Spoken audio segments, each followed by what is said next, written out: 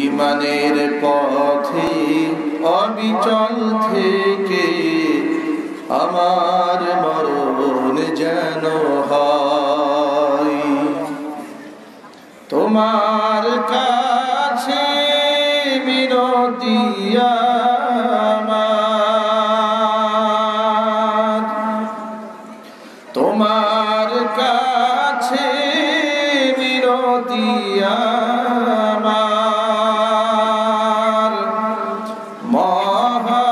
মহামহিম দয়াময়। ঈমানের পথে অবিচল থেকে আমার মরণ যেন হয়। ঈমানের পথে অবিচল থেকে আমার মরণ যেন হয়।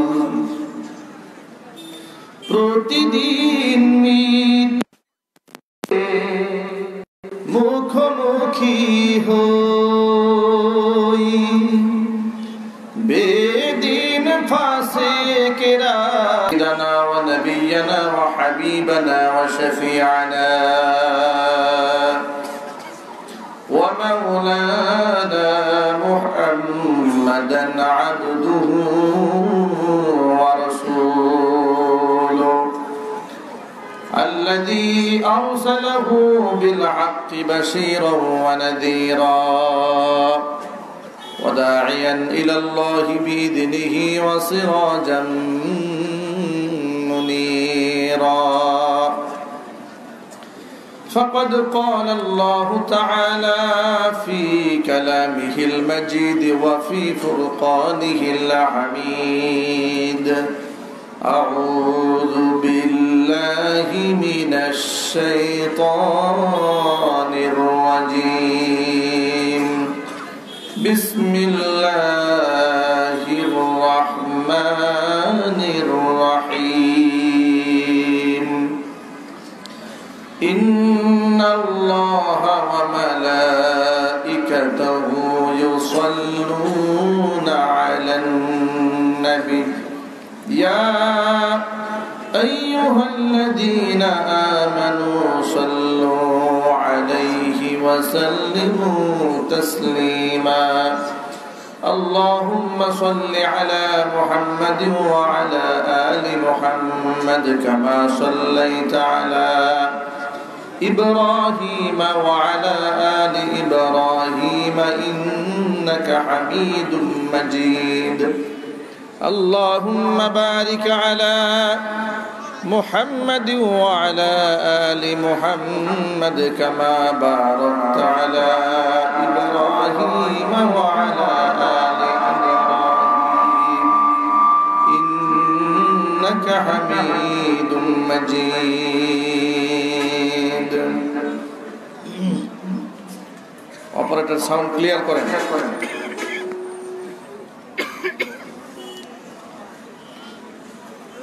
ঈমানের পথে অবিচল থেকে আমার মরণ যেন হয়।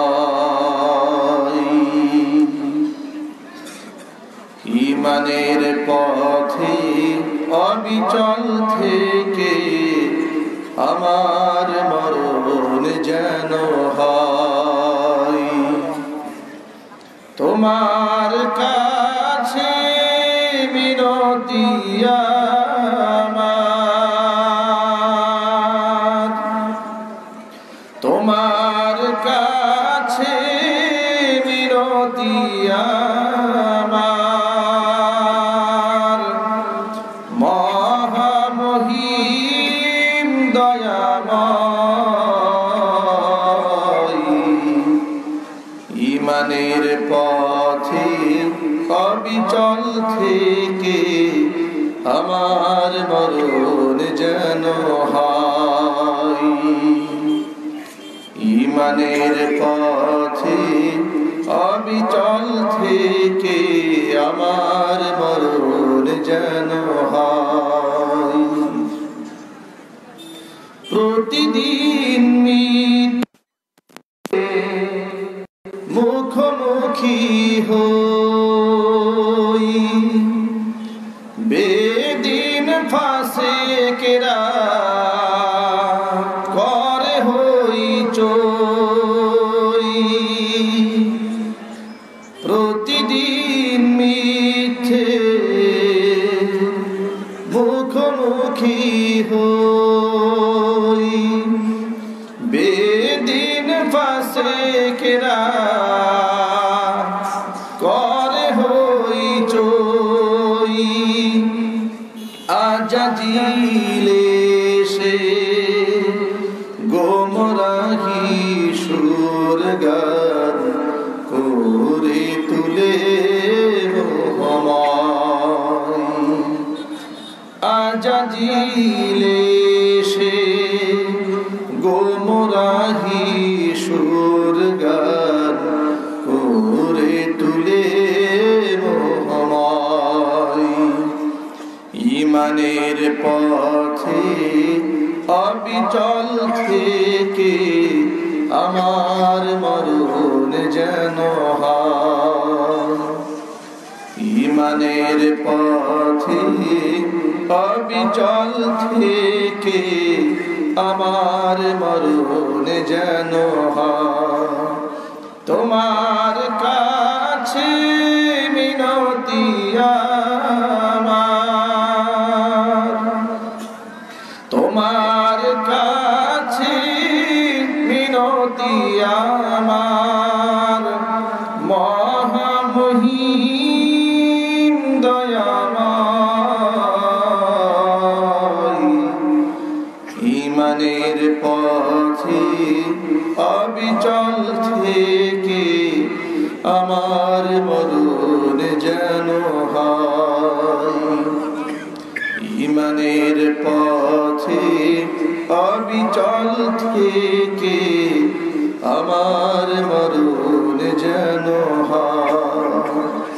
ঈমানের পথে অবিচল থেকে আমার মরণ যেন হয়। সকলে বলুন আল্লাহুম্মা আমিন। ঐতিহ্যবাহী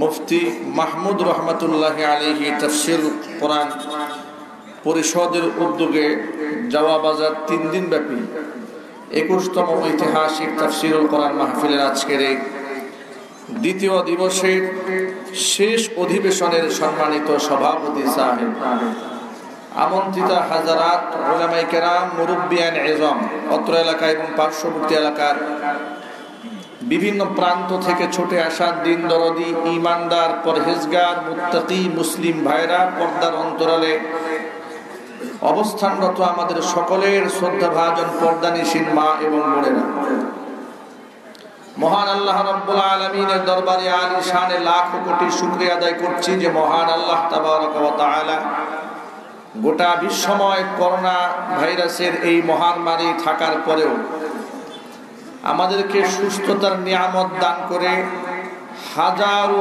প্রতিকূলতাকে উপেক্ষা করে মুসলিম উম্মার এই ক্লান্তি লগ্নে হাজার হাজার মানুষকে একত্রিত হয়ে কোরআনে কারীমের আলোচনা করার, আলোচনা শোনার সুযোগ করে দিয়েছেন যে মহান রব। আপনারা কি খুশি না বেজার? কম না বেশি? রবের শুকরিয়া আদায় করছি, জবান ছেড়ে সকলে একযোগে বলছি আলহামদুলিল্লাহ। রব্বানা লাকাল হামদ হামদান কাসীরা তাইয়িবান মুবারাকান ফীহি। রব্বানা লাকাল হামদু কামা ইয়ানবাগি লিজালালি ওয়াজহিকা ওয়া আযীমি সুলতানিকা। আল্লাহ পাক আজকে এই তাফসীরুল কোরআন মাহফিলকে কবুল করুন। মুফতি মাহমুদ রহমতুল্লাহ আলাইহির কবরটাকে আল্লাহ সুবহানাহু ওয়া তাআলা বেহেশতের বাগান বানিয়ে দেন। 21তম ঐতিহাসিক তাফসীরুল কোরআন মাহফিল। বিগত 20 বছর এই তাফসীরটি হয়েছে। এখানে যারা আলোচনা করেছেন তাদের অনেকেই জমিন থেকে বিদায় হয়েছেন, যারা আলোচনা শুনেছেন তারাও অনেকেই জমিন থেকে বিদায় হয়েছেন। আল্লাহ পাকের কাছে আমরা দোয়া করছি, আল্লাহ পাক তাদের সকলকে জান্নাতুল ফিরদাউসের সুউচ্চ মাকাম দান করুন। যারা অক্লান্ত পরিশ্রম করে এই সুন্দর আলোকিত পরিবেশ কোরআনের জন্য বানিয়েছেন, আল্লাহ সুবহানাহু ওয়া তাআলা তাদের সকলের জিন্দেগির গুনাহ খাতা মাফ করে দিন। তাদের কামাই রুজির মধ্যে আল্লাহ ভরপুর বরকত দান করুন। এই মাহফিলের ওসিলা করে অত্রাঞ্চলের সর্বস্তরের মানুষের হৃদয়ের মধ্যে আল্লাহ পাক হেদায়েতের নূর পৌঁছে দেন। আমার মনে হচ্ছে মাইকের আওয়াজটা এই সাইডে নাই।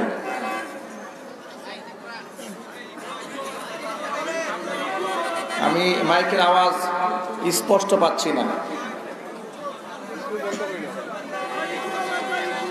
আপনি ইকো বন্ধ করে হলেও আওয়াজটা পরিষ্কার করেন। এই সাইডে ডান পাশে কোনো আওয়াজই নাই, একটু আওয়াজ দেন, প্যান্ডেলে আওয়াজ দেন। এমনিতেই আমি ছোট মানুষ, আর আওয়াজ যদি কম হয় মানুষ আরো চলে যাবে সব। আওয়াজ ঠিক করেন। আমার আগে আপনাদের সামনে বাংলাদেশের একজন খ্যাতনামা আলেম আলোচক আল্লামা মুফতি হাসান জামিল হাফিজাহুল্লাহ আলোচনা করেছেন।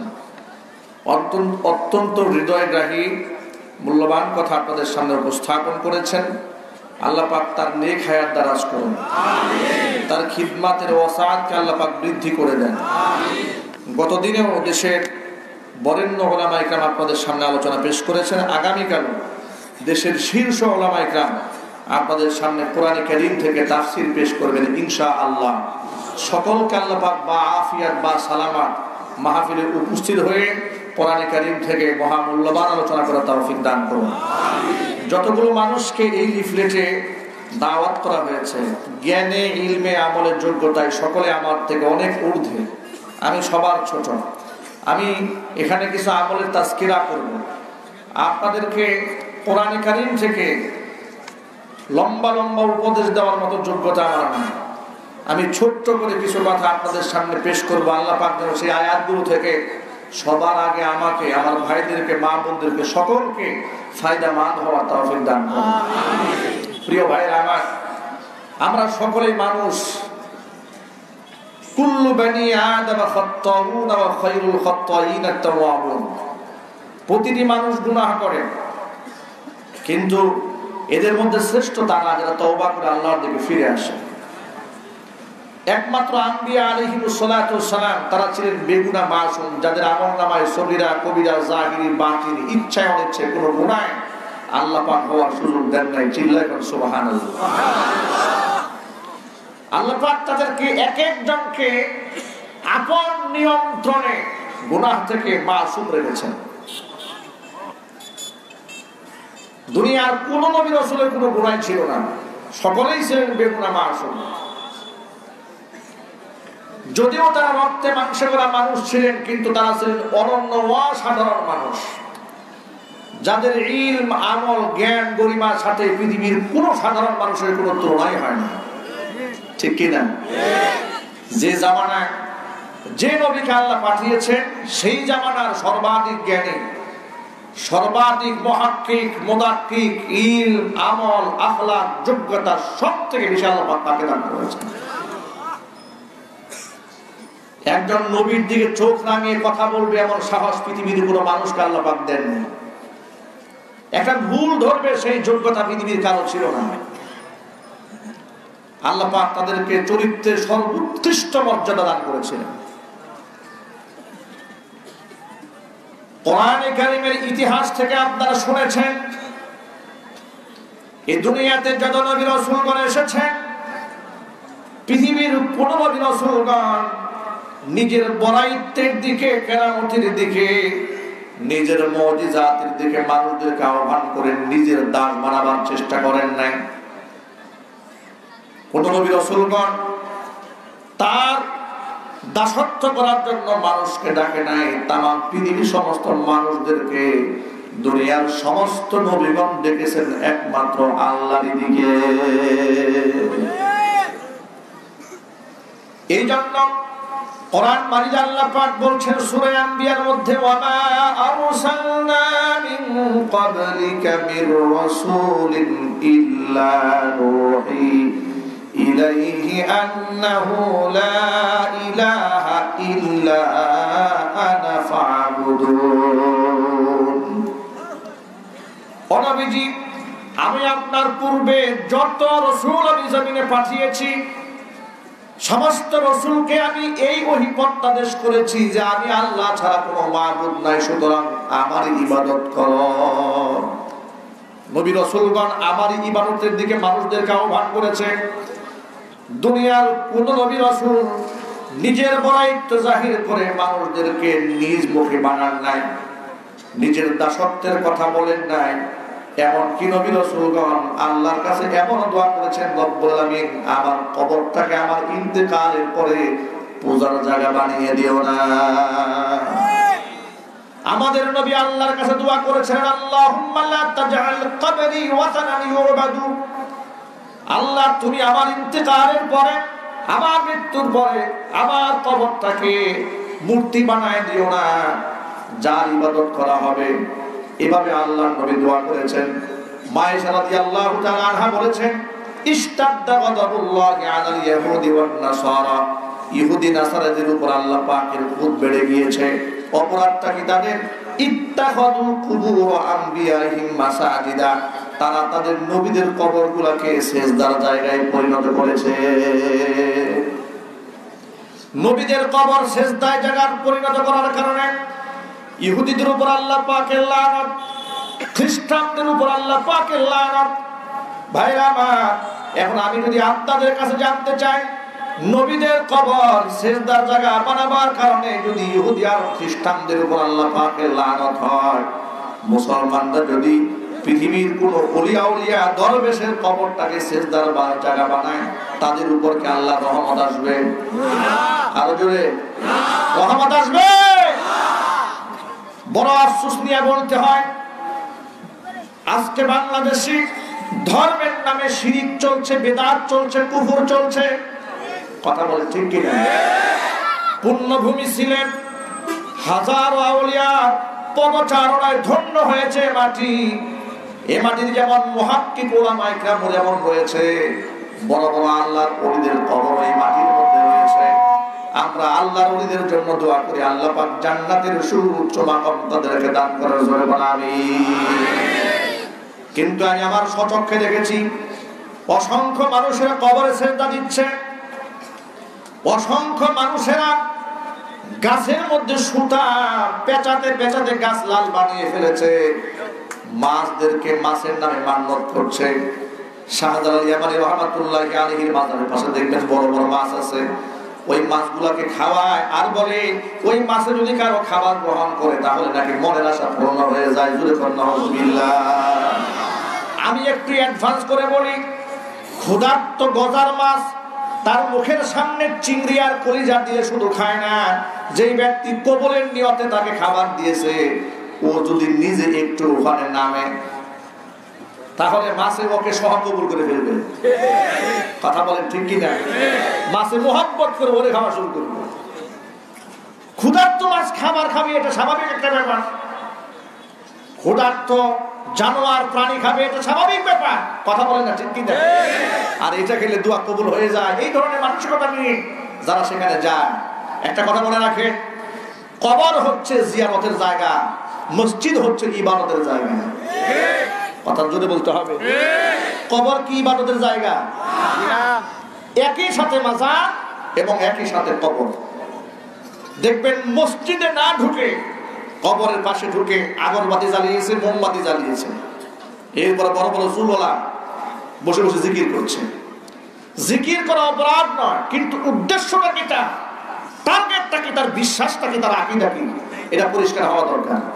কথা বলতে হবে ঠিক কি না? পাশে আল্লাহর ঘর, আযান হচ্ছে সেখান থেকে বের হচ্ছে না, আযান হচ্ছে সেখান থেকে বের হচ্ছে না। ইবাদতের জায়গা হলো মসজিদ। মসজিদে না গিয়ে কবরের সামনে বসে বসে জিকির করার মানেটা কি? কবরমুখী হয়ে দোয়া করার মানেটা কি? কবর দিকে ঘুরে রুজহান হওয়ার মানেটা কি?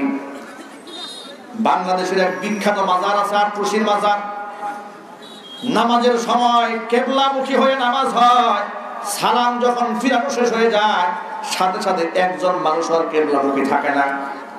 সালাম ফিরানো শেষ, সবগুলা মানুষ একসাথে কবরমুখী হয়ে যায়, বাবার দরবারে হাত তুলে। আরো আস্তে নাউজুবিল্লাহ পড়েন। ভাই আমার, কোরআন মাজিদে আল্লাহ রাব্বুল আলামিন কি বলেন শুনেন। আল্লাহ পাক বলছেন, ইন্নাল্লাহা লা ইয়াগফিরু আন ইউশরাকা বিহি ওয়া ইয়াগফিরু মা দুনা যালিকা লিমান ইয়াশা ওয়া মান ইউশরিক বিল্লাহি ফাকাদ ইফতারা ইসমান আযীমা। আল্লাহ সুবহানাহু ওয়া তাআলা বলেন, যারা আমি আল্লাহর সাথে শিরিক করবে তাকে আমি আল্লাহ ক্ষমা করব না, তাকে আমি আল্লাহ মাফ করব না। এমনকি যে ব্যক্তি আমার উপরে শিরিক করলো, আমার সাথে শিরিক করলো, সেই ব্যক্তি আমার উপরে মিথ্যা জঘন্য অপবাদের বোঝা চাপাইয়া দিল। এই শিরিকটা দুই প্রকার। এক হচ্ছে শিরিক ফি সিফাত, আরেক হচ্ছে শিরিক ফি জাত। সত্তাগতভাবে আল্লাহকে ভাগ করে ফেলা। যেমন দুনিয়ার খ্রিস্টানেরা আল্লাহ সুবহানাহু ওয়া তাআলাকে তিন ভাগে ভাগ করে দিয়েছে। জোরে জোরে বলেন নাউজুবিল্লাহ। এটা আমার বানানো ওয়াজ নয়, এটা কোরআনে লেখা আছে। আল্লাহ পাক খ্রিস্টানদেরকে কাফের শব্দে উল্লেখ করেছেন। আল্লাহ পাক বলেন, লাকাদ কাফারাল্লাযীনা ক্বালু ইন্নাল্লাহা সালিসু সালাসা। কাফের খ্রিস্টানেরা বলে আল্লাহ হচ্ছে তিনের এক অংশ, অথচ আমি আল্লাহ ছাড়া কোনো ইলাহ নাই। ভাই আমার, ঈসা আলাইহিস সালাতু ওয়াস সালাম, হযরত মারিয়াম এবং আল্লাহ তিনে মিলে আল্লাহ বিশ্বাস করে, তারা মুসলমান না কাফের? এটাকে আমি ফতোয়া দিলাম, এই ফতোয়া কে দিয়েছেন? আরো জোরে বলতে হবে। এই ফতোয়া আল্লাহ কোরআনে দিয়েছেন। এই কথাটা আপনাদের সামনে বলার আমার একটা বড় উদ্দেশ্য আছে। সেই উদ্দেশ্য হলো, আমরা ছোটবেলা থেকে যা দেখি না ইদানিং দেখতে পাচ্ছি। সেটা কি? ডিজিটাল বাংলাদেশে নিরপেক্ষতার নামে এদেশের বরেণ্য মুসলমান বড় বড় রাজনীতিবিদ গত ক্রিসমাস ডে 25শে ডিসেম্বর এদেশে পত্র পত্রিকায় মিডিয়াতে খ্রিস্টান ধর্মাবলম্বীদের যে বড়দিন রয়েছে সেই বড়দিন উদযাপনকে তারা স্বাগত জানিয়েছে। মুসলমান শুধু স্বাগতই জানান না, তারা বলেছে ঈসা আলাইহিস সালাতু ওয়াস সালাম শান্তির বাণী নিয়ে এসেছেন, তার আদর্শ আমাদের গ্রহণ করা উচিত। তিনি বললেন, এই কথাটা সত্য কথার মধ্যে কত বড় শিরিক লুকায়িত আপনাদের জানা দরকার। না জানা দরকার নাই? জানা দরকার। ঈসা আলাইহিস সালাম আল্লাহর নবী, এতে সন্দেহ আছে নাকি আপনাদের? সবাই বলেন আপনারা। পৃথিবীর সমস্ত নবীদের প্রতি আমাদের ঈমান আছে না নাই? কিন্তু মনে রাখেন, যখন আমাদের নবী আখিরি জামানার নবী বিশ্বনবী মুহাম্মদ রাসূলুল্লাহ সাল্লাল্লাহু আলাইহি সাল্লাম দুনিয়াতে এলেন, তার উপর ঈমান আনা বিশ্বের সমস্ত মানুষের জন্য ফরজ হয়ে গেল। দুনিয়ার আর কারো আদর্শ চলবে না, একমাত্র আদর্শ যার চলবে তিনি হচ্ছেন বিশ্বনবী মুহাম্মদ রাসূলুল্লাহ সাল্লাল্লাহু আলাইহি ওয়াসাল্লাম। আল্লাহর নবী একদিন উমর রাদিয়াল্লাহু তাআলা আনহুকে তাওরাতের একটা পৃষ্ঠা পড়তে দেখলে হুজুর রাগ হয়ে গিয়েছিলেন। আল্লাহর নবী সাল্লাল্লাহু আলাইহি ওয়াসাল্লাম গুসায় লাল হয়ে যাওয়ার পর হুজুর বলেন, ওমর শোনো, এই যে তাওরাতের পৃষ্ঠা তুমি পড়ছো, এই কিতাবটা যে নবীর উপরে নাযিল হয়েছে, নবী মূসা কালিমুল্লাহ যদি আজকে বেঁচে থাকতেন, লাউকানা মূসা হাইয়ান, যদি মূসা আলাইহিস সালাতু ওয়াস সালাম বেঁচে থাকতো, তাহলে লামা ওয়াসিআহু ইল্লা ইত্তিবাই, তাহলে আমার ইত্তেবা করা তার জন্য ওয়াজিব হয়ে যেত। যেখানে নবী যদি বেঁচে থাকতেন, সেই নবীর আমার উপর ঈমান এনে আমার উপরে ইত্তেবা করা, আমার ইত্তেবা করা তার জন্য ফরজ হয়ে যেত। সুবহানাল্লাহ বলেন। সেই জায়গায় খ্রিস্টানেরা যারা আল্লাহর সাথে শরীক স্থাপন করেছে, হযরত ঈসা আলাইহিস সালামকে, মারিয়ামকে শরীক করেছে, তিনে মিলে আল্লাহ বানিয়েছে, ওরা বিশ্বাস করে ক্রিসমাস ডে বড়দিন 25শে ডিসেম্বর আল্লাহ তাআলা মারিয়ামের গর্ভে নিজের সন্তানকে জন্ম দিয়েছে। আর আস্তে আস্তে নাউজুবিল্লাহ বলেন। এই কথা যারা বিশ্বাস করে, এই বিশ্বাসী হয়ে যারা বড়দিন উদযাপন করলো, কোন মুসলমান কি সেই দিবসকে মোস্ট ওয়েলকাম বলতে পারে? স্বাগত জানাতে পারে, ধন্যবাদ জানাতে পারে। এই কথাগুলো বলা হচ্ছে। জাতীয়ভাবে আজকে শিরকের চর্চা করা হচ্ছে, যদি বলেন ঠিক কিনা। জাতীয়ভাবে ঈমানের চর্চা না করে শিরকের চর্চা করা হচ্ছে। আর যারা ঈমানের কথা বলে, তাওহীদের কথা বলে, এই সমস্ত রাষ্ট্রীয় শিরক, বেদাত এবং কুফরের বিরুদ্ধে কথা বলে, ওই সমস্ত ব্যক্তিদের জবানকে হাজারো অজুহাতে কন্ট্রোল করার চেষ্টা চালানো হচ্ছে। নামের তালিকা তৈরি করা হয়, অমুক আলেম বয়ান করতে পারবেন, অমুকে পারবে না। তিনি মাহফিলে আসতে পারবেন, অমুকে পারবে না। আমার কথা হচ্ছে, কোন আলেম যদি কোরআন সুন্নাহ কিংবা রাষ্ট্রের বিরুদ্ধে কথা বলেন, ডকুমেন্টারি আকারে তার সামনে পেশ করা হোক, জাতীয়ভাবে তার সমাধান করা হোক। তিনি অন্যায় করলে তিনি তওবা করবেন, আর যদি অন্যায় না করে থাকেন, তাহলে যারা অন্যায়ভাবে তার কণ্ঠকে স্তব্ধ করে ষড়যন্ত্র চালায়, জাতির সামনে তাদের তওবা করতে হবে। ঠিক কিনা? আজকে যখন আমি বিমানবন্দরে আসলাম, সেখানে ডিবিরা, গোয়েন্দা বিভাগের লোকেরা নাম তালিকা নেওয়ার সাথে সাথে বারংবার আমাকে জিজ্ঞেস করলো, হুজুর মামুনুল হক সাহেব নাকি আসবে শুনলাম, কোন ফ্লাইটে আসবে জানেন আপনি? আমি বললাম, ভাই এই তথ্য আমার হাতে নেই। তিনি বললেন যে কোন বিমানে আসবে, কোন জায়গা দিয়ে আসবে, বিমানে আসবে না গাড়িতে আসবে। অস্থির হয়ে যাচ্ছে তারা। আমার কষ্ট হচ্ছে, আল্লামা মামুনুল হক হাফিজাহুল্লাহ, তাকে নিয়ে আপনাদের এত মাথা ব্যথা কেন, এত টেনশন কেন? তিনি যদি রাষ্ট্রবিরোধী কথা বলে থাকেন, ডকুমেন্ট পেশ করেন, তার বিরুদ্ধে মামলা করেন, আদালতে বিচার হবে।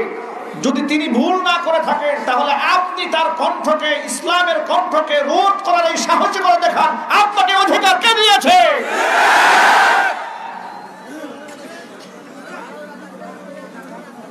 ওরা আলেমদের নামে তালিকা তৈরি করেছে। আমি বলতে চাই, আলেমদের নামের তালিকা না করে দুর্নীতিবাজদের তালিকা করেন, চোরদের তালিকা করেন, ডাকাতদের তালিকা করেন, খুনিদের তালিকা করেন। ধর্ষকদের নামের তালিকা আজ পর্যন্ত করতে পারেন নাই। কথা বলেন ঠিক কি? দুর্নীতিবাজদের নামের তালিকা করতে পারেন নাই। হাজার হাজার কোটি টাকা দেশ থেকে লুটপাট করে যারা বিদেশে পাড়ি জমিয়েছে, তাদের বিরুদ্ধে একটা রাষ্ট্রদ্রোহ মামলা হলো না। ইসলামের কথা বলে, কোরআনের কথা বলে, ওই সমস্ত কোরআনের পাখির বিরুদ্ধে রাষ্ট্রদ্রোহ মামলা দিয়ে দেন। এর দ্বারা প্রমাণ হয় আপনারা আলেমের দুশমন না, আপনারা কোরআনের দুশমন। এগুলা করে কোনো লাভ নাই। আমি আপনাদেরকে বলি, এগুলা করে কোনো ফায়দা নাই। আলেমদেরকে প্রাণ খুলে ইসলামের কথা বলতে দেন, কোরআনের কথা বলতে দিন। যে আলেমের বিরুদ্ধাচরণ করবে, আল্লাহ সুবহানাহু ওয়া তাআলা তার মর্যাদা, তার জনপ্রিয়তা শত সহস্র করে বৃদ্ধি করে দেবে। যেখানে আঘাত দিবেন সেখানে জনপ্রিয়তা বাড়াই দিবেন কে? আর যদি বলতে হবে কে বাড়াই দেবে, তার প্রমাণ হলো আল্লামা মামুনুল হক হাফিজাহুল্লাহ এক সময় বয়ান করতেন, তার সামনে 5000 মানুষ থাকতো। যখন থেকে বাধা দেওয়া শুরু হয়েছে, তখন লক্ষাধিক মানুষ হয়ে যায়। এটা তো নতুন ইতিহাস নয়, পুরান ইতিহাস। ইসলামটাকে স্তব্ধ করে দেওয়ার জন্য কাফির বেঈমানেরা আবু জেহেলের পরামর্শে আল্লাহর নবীর কাছে মানুষকে যাইতে বারণ করেছে, নিষেধ করেছে। মানুষের অন্তরে আল্লাহ পাক ওই বারণটাকে, নিষেধটাকে কোরআনের কাছে যাওয়ার মাধ্যম বানিয়ে দিয়েছে। ঠিক কিনা? আমি আমার সমাজ জওয়ান এবং তরুণ ভাইদেরকে বলছি, ইসলামের স্বার্থে, দ্বীনের স্বার্থে আমাদের সকলকে এক হয়ে বর্তমানে একটা উদ্যোগ গ্রহণ করতে হবে। সেটা হলো, ওরা আলেমের নামের তালিকা বানায় আর আলেমদের মাহফিল বানচাল করার স্বপ্ন পূরণ করার জন্য ওরা চেষ্টা চালায়। আজকে থেকে সমাজের মধ্যে যে নেতা আলেমের বিরুদ্ধে কথা বলবে, এখন থেকে মুসলমানরা ওই সমস্ত ধর্মদ্রোহী ইসলাম বিদ্বেষী নেতাদের নামের তালিকা বানাবে। যদি বলতে হবে ঠিক কিনা? এতদিন তো ওরা তালিকা বানিয়েছে, এখন থেকে মুসলমান তালিকা বানাবে। নাস্তিকদের তালিকা, বেঈমানদের তালিকা, কোরআন বিদ্বেষী, আরব বিদ্বেষী তালিকা বানাতে হবে। রাজি আছেন? দুই হাত দেখতে চায়।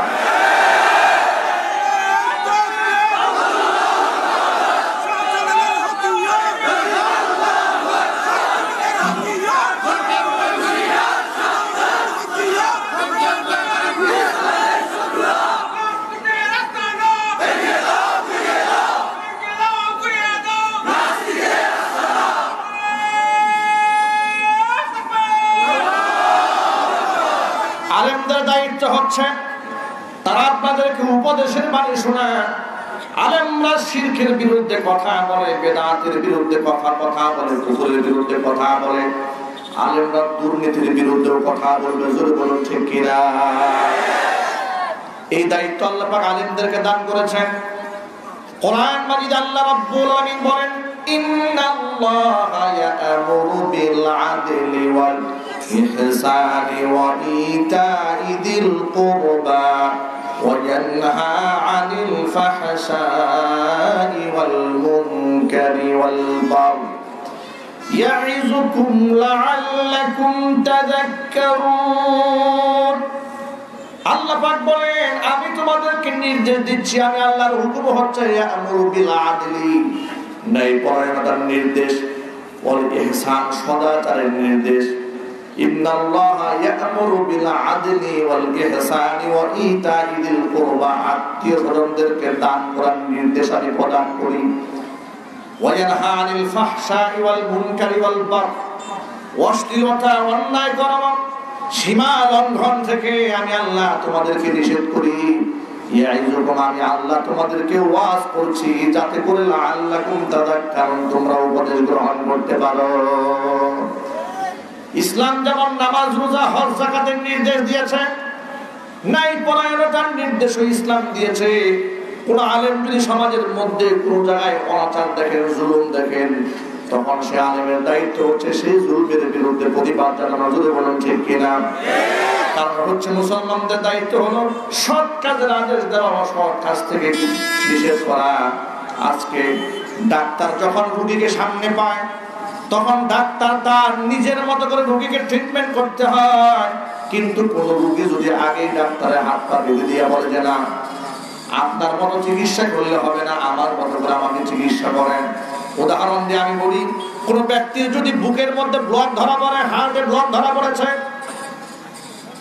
এবারে ডাক্তারের কাছে যাওয়ার পরে ডাক্তার যদি বলে যে আপনার ওপেন হার্ট সার্জারি করতে হবে, এই বুক ফেলে এখান থেকে আপনার সেই ব্লকের রডটা ফেলে দিতে হবে, পা কেটে পা চিরে এখান থেকে এক্সট্রা রড বের করে এখানে লাগাই দিতে হবে। এখন রোগী যদি বলে যে না, এই ধরনের কঠিন সিরাফারার কাজ চলবে না, বুক ফাড়াফাড়ি চলবে না, আপনি আমাকে নাপা সিরাপ দিয়ে দেন, নিক্স মলম দিয়ে দেন, কি বলেন আপনারা? এই রোগী ভালো হবে কোনোদিন? আরো যদি বলেন, কোনোদিন ভালো হবে না। রোগীর কথা শুনলে আর সেই অনুযায়ী ডাক্তার ট্রিটমেন্ট দিলে এই রোগী বাঁচবে না মরবে? রোগী বলে যাবে। আজকে সমাজের মধ্যে অশান্তি আছে, দুর্নীতি আছে, সুদ আছে, ঘুষ আছে, জুলুম আছে, রডের পরিবর্তে বাস আছে। যদি বলেন আছে না নাই? এগুলার বিরুদ্ধে উলামায়ে কেরাম কুরআন সুন্নাহ দিয়ে সলিউশন দেবেন। জাহান্নামের কথা বলবেন, জান্নাতের কথা বলবেন। অন্যায় অপরাধ করলে, সুদ খাইলে, ঘুষ খাইলে, কি করলে পরকালে সাজা হবে, সেই বর্ণনা উলামায়ে কেরাম আপনাদের সামনে দেবেন। কিন্তু নামাজ, রোজা, হজ, যাকাতের কথা বললে মজা লাগে, দুর্নীতির বিরুদ্ধে কথা বললে আর মজা লাগে না। আবার কি বলে জানে, নিজে কোরআন পড়তে জানে না, সে আলেমকে উপদেশ দিয়া বলে ধর্মের অপব্যাখ্যা করবেন না। অর্থাৎ আমি কি ধর্মের ব্যাখ্যা করলাম না অপব্যাখ্যা করলাম, এই কথা ভুল ধরার যোগ্যতা ওই দাঁড়িয়ে পেশাব করে ওর আছে নাকি?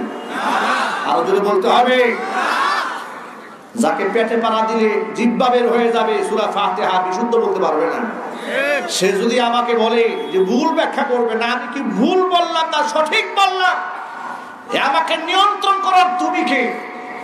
এদেশের মুহাক্কিক উলামায়ে কেরাম আছেন, মুফতিয়ানে আছেন, বড় বড় ফতোয়া বিভাগ রয়েছে।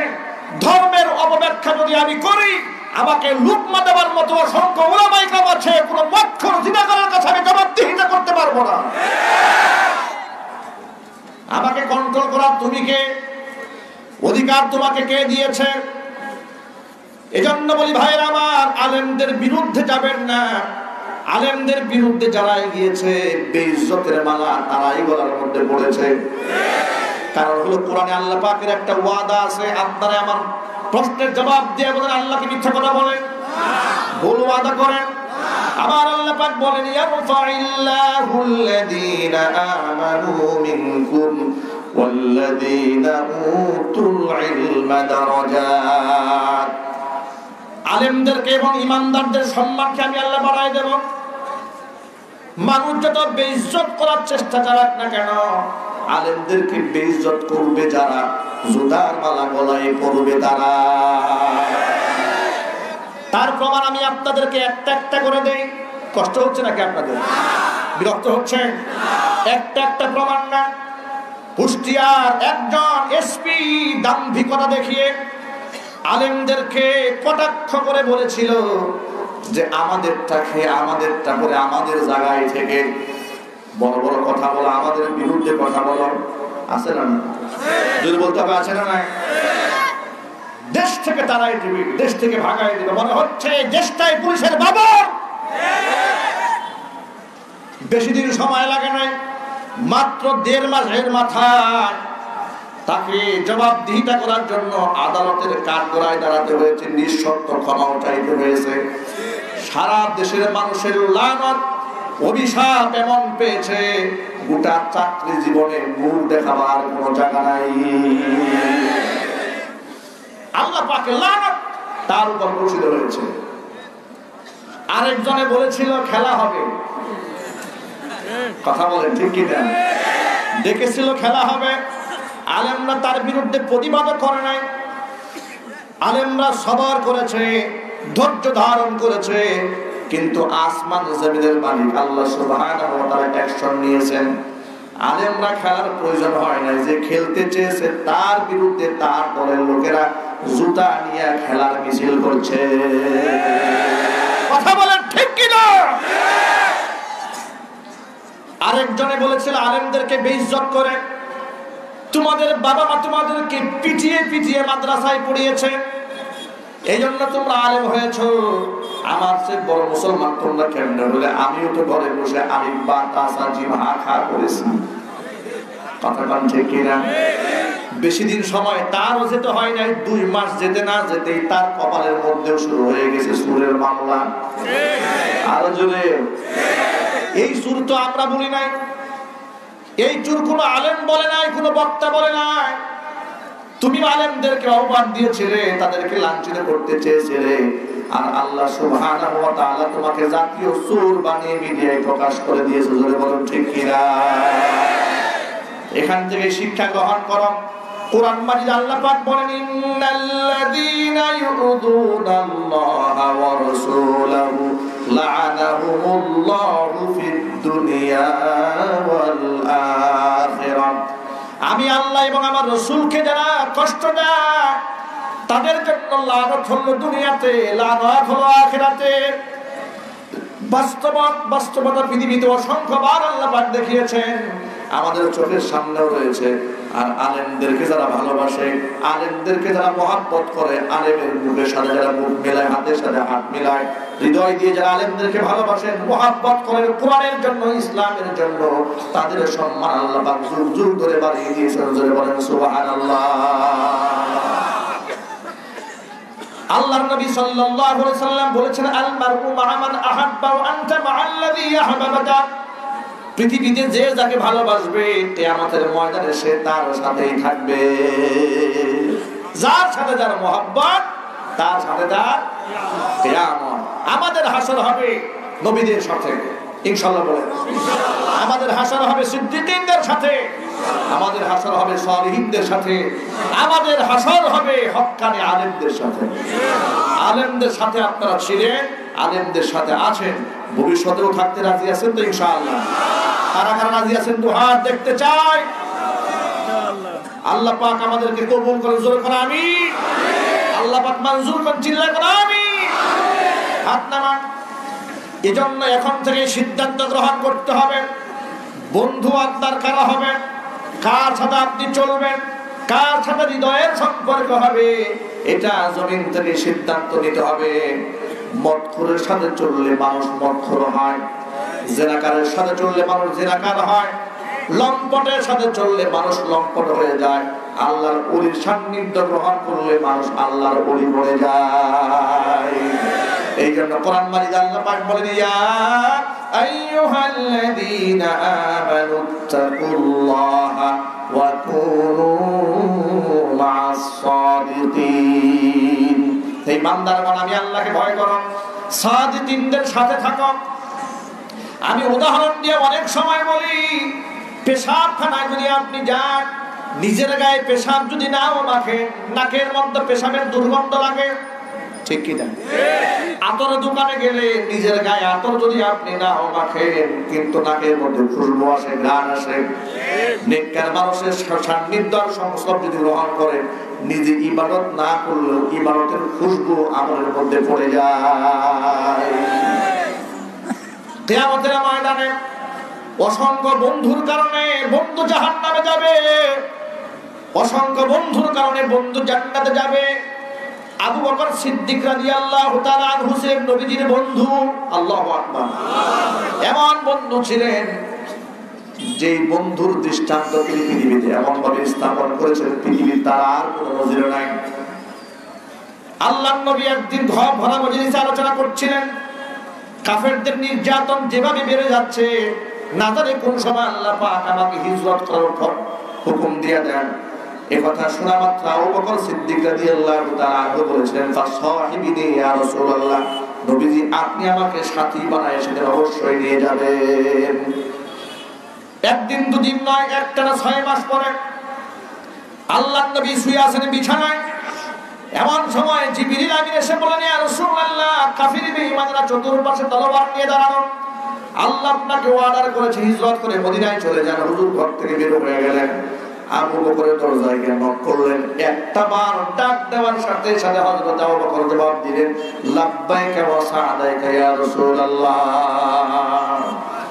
নবীজি অবাক হয়ে গেলেন, আবু বকর একটা ডাক দেওয়া মাত্র আপনি কিভাবে দরজা খুলে দিলেন, প্রস্তুত কিভাবে হলেন? আপনি কি জানতেন আমার হিজরত হবে? বলে না, 6 মাস আগে আপনার কাছে আবদার জানিয়েছিলাম, আপনি বলেছিলেন অবশ্যই আপনি আমাকে সাথী বানায় নিয়ে যাবেন। সেই দিনের পর থেকে প্রতিদিন আমি কাপড় চোপড় গুছিয়ে স্ত্রী পরিবার পরিজন সবার কাছ থেকে বিদায় নিয়ে দরজার পাশে দাঁড়ায় থাকি। না জানি কোন সময় রাতের আধারে আপনি আমার দরজার মধ্যে ঠুকা মারতে থাকেন, আর কাফের বেঈমানরা আপনাকে এসে কষ্ট দেয়, আপনি কষ্ট পাবেন এই চিন্তা করে বিগত 6টা মাস ধরে বিছানার মধ্যে পিঠ লাগাই ঘুমায় নাই। জোরে জোরে বলেন সুবহানাল্লাহ। এই বন্ধুত্বের নজিরের কারণে সম্মান আল্লাহ পাক এমন পর্যায়ে বাড়িয়ে দিয়েছেন, নবীজি বলেছেন, আনতা সাহিবী ফিল গার ওয়া সাহিবী আলাল হাউজ ওয়া বকর। আপনি সফর পরবর্তী হিজরতের রাতে আপনি যেমন আমার সফর সঙ্গী, গুহার সঙ্গী, কিয়ামতের ময়দানে হাউজে কাউসার বিতরণ করার সময় আপনি আমার সাথী হয়ে থাকবেন। এভাবে আবু বকর সিদ্দিক রাদিয়াল্লাহু তাআলা আনহু সম্মান কে বাড়িয়ে দিয়েছে? জোরে বলে আল্লাহ। আর যদি বলুন, আল্লাহ পাক বৃদ্ধি করে দিয়েছে। অনুরূপ ভাবে মক্কার এক কুখ্যাত কাফের, তার নাম ছিল উকবা ইবনে আবি মুঈত। এই কুখ্যাত কাফেরের বিরাট ব্যবসা ছিল, বিরাট ধনকবের মালিক ছিল এই কুখ্যাত কাফির। তার মনের মধ্যে একটা শখ ছিল, মাঝে মাঝে মক্কার বড় বড় লোকদেরকে দাওয়াত করে নিজের বাড়িতে খাওয়াতো। একবার মক্কার বিশিষ্ট লোকদেরকে দাওয়াত দিয়ে নিজের বাড়িতে নিয়ে এসেছে। বিশ্বনবী মুহাম্মদ রাসূলুল্লাহ সাল্লাল্লাহু আলাইহি সাল্লামকে তাদের সাথে দাওয়াত দিয়েছে। আল্লাহ নবী সব সময় চাইতেন একজন মানুষকে যে কোনো মূল্যে জাহান্নাম থেকে বাঁচিয়ে জান্নাতে নিয়ে যেতে। আল্লাহর নবী উকবা ইবনে আবি মুঈতের বাড়িতে এসে বললেন, উকবা, আমি ততক্ষণ পর্যন্ত তোমার খাবার গ্রহণ করব না যতক্ষণ না পর্যন্ত তুমি কালিমা পড়ে মুসলমান না হবে। জোরে বলেন সুবহানাল্লাহ। উকবা ইবনে আবি মুঈত পরিস্থিতি নিয়ন্ত্রণ করার জন্য হুজুরের হাতে হাত রাখলেন আর পড়ে দিলেন, লা ইলাহা ইল্লাল্লাহ মুহাম্মাদুর রাসূলুল্লাহ সাল্লাল্লাহু আলাইহি ওয়াসাল্লাম। ভাইরা আমার, এই কথাটা মক্কার চতুর্দিকে ছড়ায় গেল। এই উকবা ইবনে আবি মুঈতের এক কুখ্যাত কাফের বন্ধু ছিল, তার নাম ছিল উবাই ইবনে খালফ। এই উবাইয়ের কানে যখন আওয়াজ গেল যে উকবা কালিমা পড়ে মুসলমান হয়েছে, এই কথাটা শুনে উবাই বলছে, উকবা, তুমি মুহাম্মদ সাল্লাল্লাহু আলাইহি ওয়াসাল্লামের হাতে হাত রেখে কালিমা পড়ে মুসলমান হয়েছো, তুমি আমার বন্ধুত্ব যদি টিকায় রাখতে চাও, যে মুহাম্মাদের হাতে হাত রেখে কালিমা পড়ে মুসলমান হয়েছো, তার মুখের মধ্যে থুতু মারতে হবে। আর আস্তে নাও, এই মাইকম্যান সাউন্ডটা ক্লিয়ার করেন, এই ভিতর তো আওয়াজ ক্লিয়ার হচ্ছে না। মানুষ উঠা বসা করছে।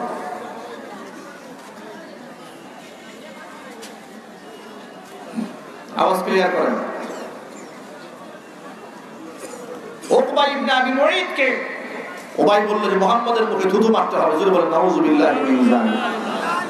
কপাল পোড়া উকবা বন্ধুর খাতির রাখতে গিয়ে, বন্ধুত্ব ঠিক রাখতে গিয়া নবীজির মুখের মধ্যে থুতু মেরে দিয়েছে। জোরে বলেন নাউযুবিল্লাহ। আল্লাহর নবী তার জন্য বদদুয়া করেছিলেন যে উকবা তুমি যদি মক্কার এরিয়ার বাহিরে যাও, সেদিনে তোমার দেহ থেকে আল্লাহ কল্যাণ বিচ্ছিন্ন করে দেবে। এই কথা শোনার পরে উকবা আর মক্কার বাহিরে যায় না। নবীর প্রতি ঈমান নাই, কিন্তু রাসূলের প্রতি বিশ্বাস ছিল। মুহাম্মাদের জবান থেকে যা বের হয় সেটা মিথ্যা হয় না। চিল্লায়ে বলেন আল্লাহু আকবার। বদর যুদ্ধের সময় এই লোকটাকে জাহান্নামের টিকিট দিয়ে সাহাবী হযরত আলী কাররামাল্লাহু ওয়াজহা পাঠিয়ে দিলেন জাহান্নামে। দুনিয়াতে লাঞ্ছিত হয়ে জমিন থেকে বিদায় হতে হয়েছে। কিয়ামতের ময়দানে এই উকবার ব্যাপারে আয়াত নাযিল হয়েছে, তার করুণ পরিস্থিতি কি হবে। আল্লাহ পাক বলেন ওয়া ইয়াউমা ইয়া'আদ্দুয যালিমু আলা ইয়াদাইহি ইয়াকুলু ইয়া লাইতানি তাখাযতু মা'আর রাসূলি সাবিলা ইয়া ওয়াইলাতা লাইতানি লাম আত্তাখিয ফুলানান খলিলা লাকাদ আদাল্লানি আনিদ যিকরি বা'দা ইয জাআনি ওয়া কানা আশ-শাইতানু লিল ইনসানি খাযুলা। এই কুখ্যাত কাফের কিয়ামতের ময়দানে নিজের দুই হাত নিজে কামড়াবে আর আফসোস করে বলবে, আরে আমি যদি রাসূলের সাথে পথ চলতাম, আমি ওই যদি কুলাঙ্গারটাকে বন্ধু না বানাতাম, যদি ওই নিকৃষ্ট লোকটাকে বন্ধু না বানাতাম, তাহলে ভাগ্য আমার ভালো হয়ে যেত। লাকাদ আদাল্লানি আনিদ যিকরি বা'দা ইয জাআনি, আমার কাছে হেদায়েত আসার পরে আমি সেটাকে প্রত্যাখ্যান করেছি। এই লোকটা আমাকে গোমরা বানিয়ে দিয়েছে। ভাইরা আমার, আমি এই ঘটনা দিয়ে ছোট্ট একটা মেসেজ আপনাদের সামনে দিতে চাই। সেই মেসেজটা হলো, এই উকবা ইবনে আবি মুঈত যেমন তার বন্ধু উবাই ইবনে খলফের কথা রাখতে গিয়া জাহান্নামের টিকিট পেয়েছে, আজকে বর্তমান সমাজের কিছু নাস্তিকদের খপ্পরে পড়ে অনেক মুসলমানের সন্তানেরা আলেমদের বিরুদ্ধে রাজপথে নেমে মিছিল করে। আলেমদের সাথে তার কোনো ব্যক্তিগত শত্রুতা নাই, আলেমদের সাথে তার কোনো দুশ্মনী নাই, কিন্তু নাস্তিককে খুশি করার জন্য, নেতাকে খুশি করার জন্য, দলীয় পদ পদবি পাওয়ার জন্য মুসলমানের ঘরে সন্তান যারা আলেমদের বিরুদ্ধে রাজপথে মিছিল করো, এখনো সময় আছে। তওবা করো, তওবা করো, না হয় লাঞ্ছনা যেমন দুনিয়াতে হবে, লাঞ্ছনা হবে আখিরাতে। কথা বলেন ঠিক কিনা? এজন্য আমার গোটা বয়ানের সর্বশেষ মেসেজ হচ্ছে, আমি কার সাথে বন্ধুত্ব করবো এটা আমাকে এখন থেকে নির্ণয় করতে হবে। আমার বন্ধু হবে যারা সত্যবাদী, আমার বন্ধু হবে উলামায়ে কিরাম, আমার বন্ধু হবে নামাজি, পরহেজগার, দিনদার, ঈমানদার। নাস্তিক, বেঈমান, কোরআন বিদ্বেষী, ইসলাম বিদ্বেষীদের সাথে আমার হৃদয়ের কোনো সম্পর্ক থাকতে পারে না। আল্লাহ সুবহানাহু ওয়া তাআলা আমাদের সকলকে আজকের কথাগুলোর উপরে বুঝে আমল করার তৌফিক দান করেন। জোরে বলুন আমিন। আর চিল্লায় বলুন আমিন। আমিন।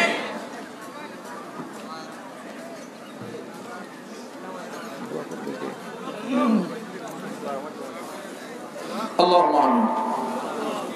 ربنا ظلمنا أنفسنا وإن لم تغفر لنا وترحمنا لنكونن من الخاسرين. ربنا لا تزغ قلوبنا بعد إذ هديتنا وهب لنا من لدنك رحمة إنك أنت الوهاب. رب العالمين জওয়াব বাজারের 3 দিন ব্যাপী তাফসীর কোরআন মাহফিলের দ্বিতীয় দিবসে শেষ অধিবেশনে কোরআন কারীম থেকে আলোচনা করে, হাদিস শরীফ থেকে আলোচনা করে বড় আশা নিয়ে তোমার শাহী দরবারে হাত বাড়িয়ে দিয়েছি। মেহেরবানি করে আলোচনার ভুল বেয়াদবি ক্ষমা করে সওয়াবের হাদিয়াটুকু কবুল করে মঞ্জুর করে সোনার মদিনায় নবী পাকের রমজান মুবারকে পৌঁছে দাও।